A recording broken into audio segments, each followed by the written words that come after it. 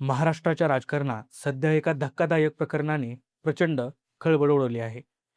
नाशिकमध्ये अंकज्योतिष आणि देवी शक्तीचा दावा करणारा अशोक कुमार एकनाथ खरात उर्फ कॅप्टन खरात याच्या अटकेनंतर केवळ गुन्हेगारी प्रकरणच नव्हे तर राजकीय संबंधाचे मोठे जाळे समोर येऊ लागलेले आहेत.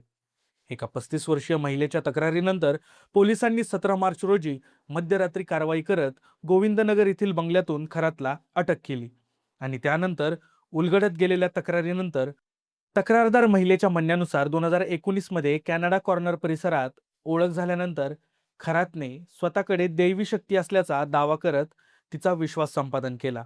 आयुष्यातील अडथळे दूर करण्याच्या नावाखाली विधी, पूजा आणि उपाय सुचवत तो तिच्याशी संपर्कात राहिला.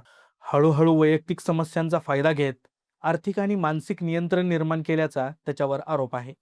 2022 मध्ये प्रसादाच्या नावाखाली गुंगी आणून अत्याचार केल्याचा त्याच्यावर गंभीर आरोप आहे. लग्नानंतरही धमक्या देत संबंध ठेवण्याचा भाग पाडल्याचा दावा महिलेनं केलाय. आणि याच दरम्यान पोलीस तपासात सर्वात मोठा धक्का तेव्हा बसला जेव्हा तो पेनड्राईव्ह जप्त झाला. पोलीस सूत्रांच्या माहितीनुसार त्यामध्ये 50 पेक्षा अधिक आक्षेपार्ह व्हिडिओ आहेत. सीसीटीव्ही फुटेज आणि अनेक कागदपत्र त्याच्यामध्ये सापडलेली आहेत. यामुळे हा प्रकार केवळ एका व्यक्तीपुरता मर्यादित नसून मोठ्या नेटवर्किंगचा भाग असू शकतो. आता याच प्रकरणाला एक राजकीय अँगल देखील मिळालाय. नेत्यांसोबतचे फोटो, व्हिडिओ हे समोर येत आहेत. खासदार निलेश लंके, पालकमंत्री राधाकृष्ण विखे पाटील, दीपक केसरकर, एकनाथ शिंदे, रुपाली चाकणकर, सुनील तटकरे यांच्यासह अनेक राजकीय व्यक्तींशी त्याचे संबंध असल्याचे फोटोमधून दिसून येत आहेत. आणि हेच फोटो आता सध्या सोशल मीडियावर व्हायरल झालेले दिसत आहेत. विरोधकांनी आता सत्ताधाऱ्यांवर जोरदार टीका सुरू केली आहे. तर सत्ताधारी गटाकडून ही चौकशी पूर्ण होईपर्यंत कोणतेही निष्कर्ष काढू नये असं सोशल मीडियावर सांगत आहेत. याच दरम्यान रुपाली चाकणकर यांचे नाव चर्चेत आल्यानंतर वाद अधिक तीव्र झाला. सामाजिक कार्यकर्त्या अंजली दमानिया आणि शिवसेना ठाकरे गटाच्या नेत्या सुषमा अंधारे यांनी पत्रकार परिषद घेत त्यांच्या राजीनाम्याची मागणी केली. महिला आयोगाने पूर्वीच्या काही संवेदनशील प्रकरणात प्रभावी भूमिका घेतलेली नाही असा आरोप करत त्याची नैतिक जबाबदारी निश्चित करण्याची मागणी करण्यात आलेली आहे. भाजप नेता चित्रा वाघ यांनीही गुन्हेगारावर कठोर कारवाई करावी असं सांगितलेलं आहे.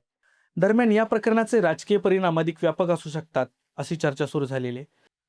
काही नेत्यांनी या प्रकरणाला राजकारणातील खरे चेहरे उघड करणारी घटना असं संबोधलंय. सोशल मीडियावर अनेक दावे प्रतिदावे आपल्याला दिसत आहेत. आरोप प्रत्यारोप दिसत आहेत. कट कारस्थानांच्या चर्चा सुरू असून अजित पवारांपर्यंत याचे कनेक्शन जोडण्याचेही प्रयत्न सुरू दिसत आहेत. मात्र अधिकृत तपास पूर्ण होण्यापूर्वी कोणतेही निष्कर्ष काढणे धोकादायक ठरू शकते असं कायदेतज्ञांचं म्हणणं आहे. सध्या नाशिक पोलिसांकडून खरातच्या आर्थिक व्यवहारांची, संपर्काची आणि डिजिटल पुराव्यांची सखोल चौकशी सुरू आहे. आणखीन पीडित महिलांचे पुढे येण्याची शक्यता देखील याच यंत्रणा व्यक्त करत आहेत. या तपासातून राजकीय, सामाजिक आणि वैयक्तिक संबंधाचे किती मोठे जाळे उघडे होणार याकडे संपूर्ण राज्याचं लक्ष लागेल आहे.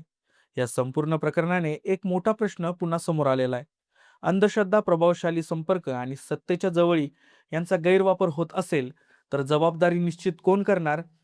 आणि या चौकशीचा अंतिम अहवाल येईपर्यंत अनेक प्रश्न अनुत्तरित राहणार असं दिसतंय. गोष्ट स्पष्ट झालेली आहे. एका तथाकथित बाबाच्या अटकेने महाराष्ट्राच्या राजकीय आणि सामाजिक व्यवस्थेतील अनेक स्तरावर चर्चा सुरू केलेली आहे. आणि पुढील काही दिवस राज्याच्या राजकारणात देखील याच घटना निर्णायक ठरू शकतात. तुम्हाला हा व्हिडिओ कसा वाटला ते आम्हाला कमेंट्समध्ये नक्की सांगा. धन्यवाद.